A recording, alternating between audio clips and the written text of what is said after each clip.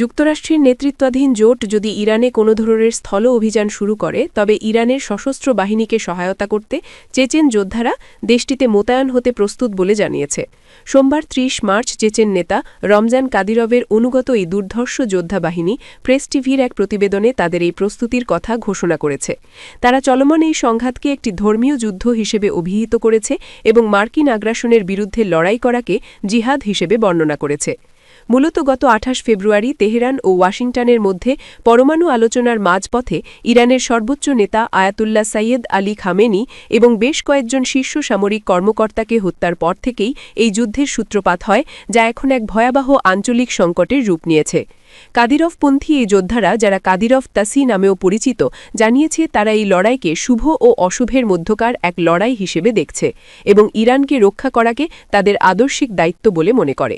গত কয়েক সপ্তাহ ধরে ইরান ভূখণ্ডে যুক্তরাষ্ট্র ও ইসরায়েলের নিরবিচ্ছিন্ন বিমান হামলার পর এখন ওয়াশিংটন একটি স্থল অভিযানের পরিকল্পনা করছে বলে বিভিন্ন সূত্রে খবর পাওয়া যাচ্ছে।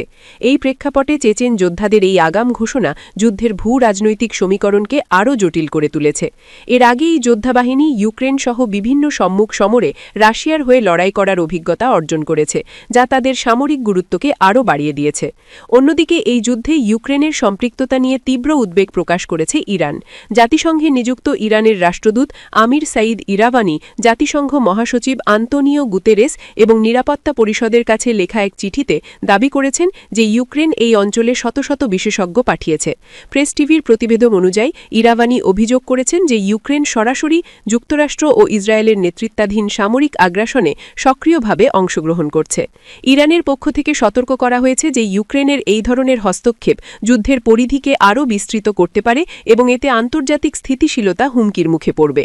বর্তমান পরিস্থিতি অনুযায়ী ইরানও বসে নেই এবং তারা ইতিমধ্যে ইসরায়েলি সামরিক অবস্থান ও ওই অঞ্চলে থাকা মার্কিন ঘাঁটিগুলো লক্ষ্য করে কয়েক ডজন দফায় ক্ষেপণাস্ত্র ও ড্রোন হামলা চালিয়েছে। বিশেষ করে গত এক মাসে মিনাবে ১৭০ জনেরও বেশি স্কুল ছাত্রসহ অসংখ্য বেসামরিক নাগরিক নিহতের ঘটনায় ইরানি জনগণের মধ্যে তীব্র ক্ষোভ বিরাজ করছে।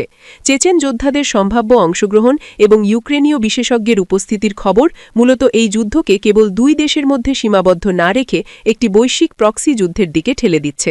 আপাতত বিশ্ব সম্প্রদায় পরিস্থিতির ওপর কড়া নজর রাখছে যে শেষ পর্যন্ত মার্কিন বাহিনী স্থল অভিযানে নামে কিনা এবং চেচেন যোদ্ধারা সরাসরি রণাঙ্গনে যোগ দেয় কিনা।